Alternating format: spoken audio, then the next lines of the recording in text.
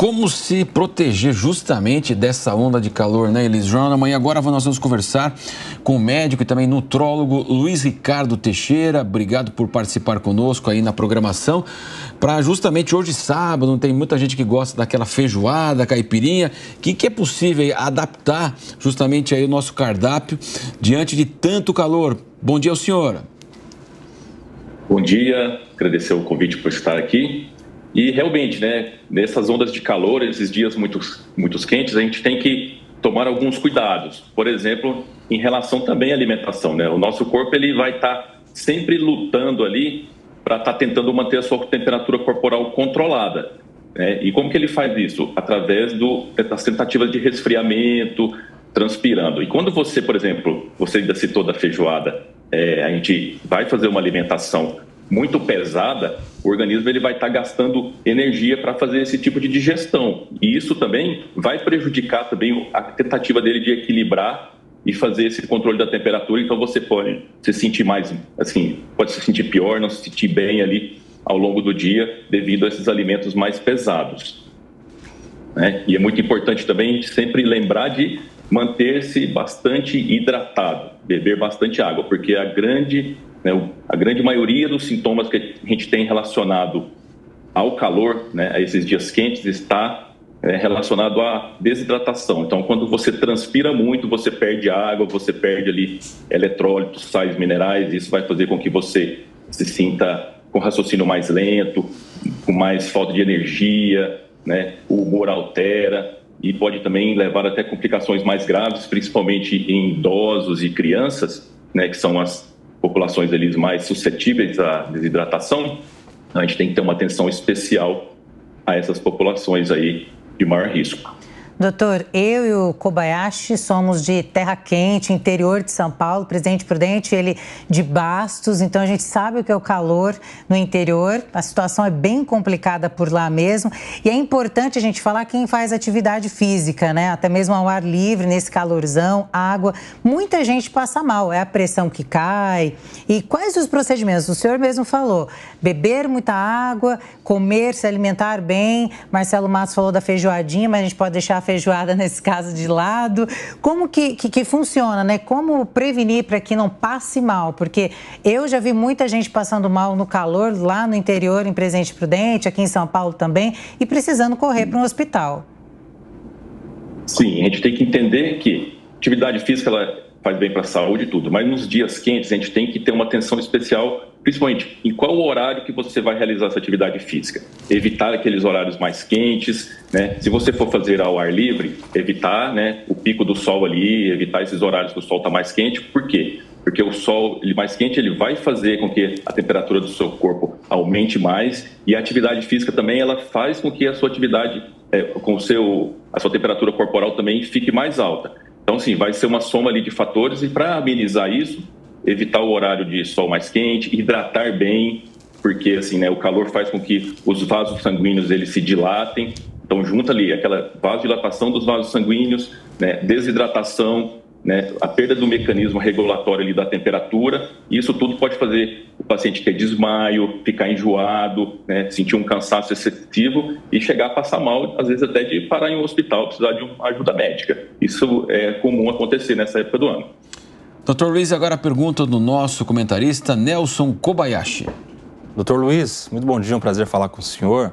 A minha pergunta é sobre o tempo seco que vem junto com esse calor, né? Porque não é só a temperatura, a gente também vê essa falta de umidade. E aí a minha pergunta é sobre, é importante, não é, usar umidificador, por exemplo? Porque há quem diga que isso não ajuda, que inclusive seria prejudicial deixar uma noite inteira, por exemplo. Qual a sua avaliação sobre isso também para evitar essa questão do tempo seco que também impacta na saúde, não é verdade? Sim, com certeza. O tempo seco, o que ele faz? Né? Quando a temperatura ali está com a umidade do ar está baixa, ela vai irritar principalmente as suas vias aéreas, né? E isso vai aumentar ali a chance de você ter complicações respiratórias, aumento ali do risco de desencadeamento de asma, bronquite, broncopneumonias. Então, as doenças respiratórias elas aumentam bastante nessa época do ano que a falta de chuva está presente. A questão da umidificação, ela é importante sim. Por exemplo, o que acontece muito no tempo quente e seco, né? A gente vai usar cada vez mais o ar-condicionado, e o ar-condicionado ele tem, né, a tendência ali a deixar o ar mais seco, e isso também complica mais ainda as vias respiratórias, né?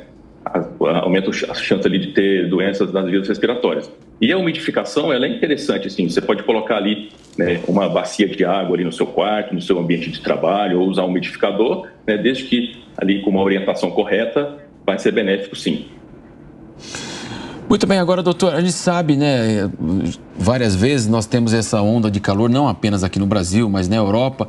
O senhor falava dos idosos e crianças, e muitas vezes nós temos, inclusive, uma mortalidade muito grande nesse período, né, não aqui apenas no Brasil, mas na Europa. Queria que o senhor falasse justamente os grupos de risco, de fato, como agir nesse momento, se proteger, se hidratar. Queria que o senhor falasse justamente dessas questões que são muito perigosas mesmo, né? A gente está imaginando aqui chegar a uma temperatura de 40 graus até em São Paulo, como a Elis falou, no interior também, São José do Rio Preto, isso é praticamente normal. Como se defender mesmo, defender a sua saúde num dia como hoje? Num dia como hoje, que está muito quente, a gente tem que tomar alguns cuidados. Por exemplo, uma pessoa saudável, mais jovem, ela vai estar com a sua saúde mais equilibrada, tem uma reserva melhor, então ela consegue ali suportar melhor do que uma pessoa idosa ou uma criança de menor idade. Então, o idoso ele é mais suscetível a essas alterações. Por exemplo, um pouquinho de desidratação que acontece no idoso já pode ser o suficiente para ele fazer uma alteração de um quadro mental, para ele ter uma crise de pressão baixa, desmaiar. Se ele tem alguma doença crônica associada, uma insuficiência cardíaca, uma hipertensão arterial ou um diabetes, isso aí também pode piorar mais. Então, o idoso a gente tem que tomar muito mais cuidado porque ele é muito sensível a qualquer coisinha que altere ali o equilíbrio do seu organismo, né? Ele não tem muita reserva para aguentar isso. E o mesmo acontece com o outro extremo de idade, que são as crianças pequenas, né? Recém-nascidos, crianças ali na primeira infância. Então, tem um risco aumentado. Como que a gente tem que conduzir esses pacientes? Primeiro, a gente tem que mantê-los ali bem hidratados, né? Idosos, às vezes, tem um pouco de dificuldade de beber mais água, criança também. Então, assim, a gente tem que hidratá-los bem, manter uma hidratação adequada, usar roupas, né, que permitam que ele transpire bem, que não atrapalhe esse mecanismo ali da regulação da temperatura corporal. O ambiente que ele viva seja um ambiente ali mais arejado, se possível um ventilador, um ar-condicionado, né? Ele alimente-se bem, faça ali reposição algumas vitaminas, minerais que sejam necessários ali, né, caso ele venha a ter deficiência ou perda durante ali essa época do calor excessivo, e cuidados médicos, acompanhamentos ali que serão suficientes para a gente passar por essa fase com menos risco à saúde dessas populações suscetíveis. Nelson Kobayashi. Doutor Luiz, a gente, diante de uma situação de calor como essa, também tem a questão de exposição ao sol, e eu queria fazer a pergunta para o senhor em relação ao câncer de pele, que tem sido muito recorrente, né? A gente tem números altíssimos desse tipo de doença e imagino que tem essa relação também com a exposição solar. Quais as orientações do senhor em relação a isso, não só como se precaver, mas também diante de quaisquer sinais que possam aparecer para procurar um cuidado, que sinal que nossa audiência deve estar atenta também para se prevenir em relação a essa doença? O sol, ele hoje, né, a gente percebe que com o passar dos anos, tá, a gente percebe esse aquecimento, esse aumento de temperatura. Então, assim, evitar estar exposto nos horários, né, entre 10 da manhã e 16 horas é uma prevenção, assim, ideal, adequada para a gente fazer o primeiro passo para evitar ali o risco de ter mais câncer de pele.